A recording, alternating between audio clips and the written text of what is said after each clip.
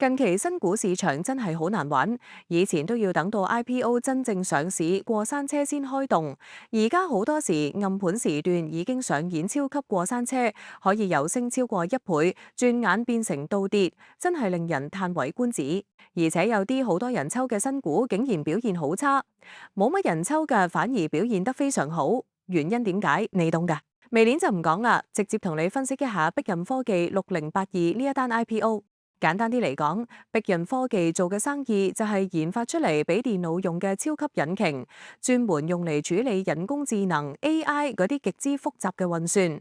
佢唔係普通打機用嘅顯示卡，而係俾數據中心、雲端服務商同埋要訓練大模型嘅公司用，係推動 AI 發展嘅核心硬件。你可以理解佢係想成為中國版嘅英偉達 （NVIDIA）。喺國產替代嘅大潮流下，食剩 AI 算力需求爆炸呢個巨大風口。咁點解公司蝕緊大錢？舊年蝕超過15億，今年上半年仲蝕多咗，都仍然咁多人睇好，覺得值得留意。呢一個就係關鍵所在。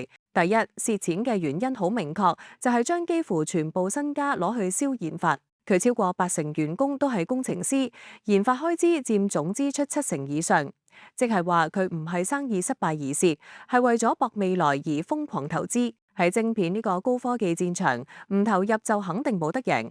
而佢嘅投入已經見到初步成果，譬如已經有自家芯片量產出貨，營業額由幾十萬暴升到幾億，證明技術真係可以賣到錢。第二，佢手上揸住超過12億嘅訂單，有齊合同框架，當中客戶仲包括唔少財富500強嘅大企業，呢啲就係未來1、2年收入嘅保證，唔係得個講字。咁所以市場唔係睇佢今日賺唔賺錢，而係賭佢呢一套燒錢換技術、技術換市場嘅策略，最後可唔可以喺被外國巨頭壟斷嘅市場度殺出一條血路？至於稀缺性同爆炸性潛力，咁答案絕對係有，而且係佢最大嘅賣點。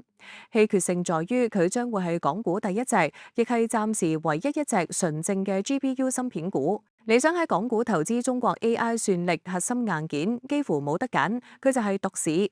爆炸性潛力就建基於兩大趨勢：全球 AI 熱潮對算力嘅渴求有增無減，以及中國要實現高科技自立，將關鍵芯片國產化呢一個國策。兩股力量加埋，就為好似碧潤呢類嘅頭部公司創造咗一個歷史性機遇。雖然面前嘅對手英偉達極之強大，但係正正因為有貿易限制，反而為佢哋創造咗一個受保護嘅內需市場去成長。呢個故事正正就係投資者最中意聽嘅高增長潛力故事。最後講到最實際嘅問題，IPO 值唔值得抽？我哋要分開兩個層面睇。如果你係短炒，博客熱鬧，玩下氣氛，可以考慮用一注細錢當係買張6合彩去參與。因為市場氣氛真係好熾熱，孖展超額幾十倍，加上有近30間重磅基石投資者坐鎮，鎖住60成貨，上市初期個價有機會靠呢股氣勢推高。尤其係 A 股嘅同行，上市時真係升得好誇張，呢個心理預期會影響短線表現。但係要明白，呢個純粹係資金與情緒遊戲，同公司長遠價值冇關。一定要定好止蝕位，唔好亂戰。但如果你係穩陣派，或者想長線投資睇價值，咁我會建議你忍手，唔好抽。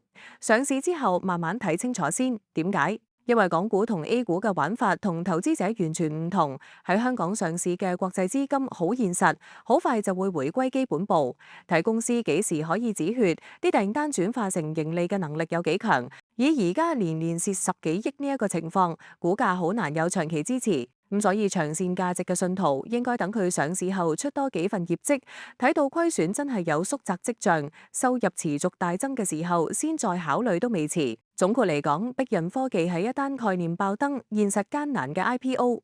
佢嘅業務食正最潮個風口，故事好靚，稀缺性十足，短期有得炒。但係公司仍然處於燒錢搏命階段，前路挑戰巨大，抽唔抽就完全取決於你自己係想賭一波趨勢，定係投資一門生意。記住，喺高科技投資世界，高回報永遠伴隨住高風險。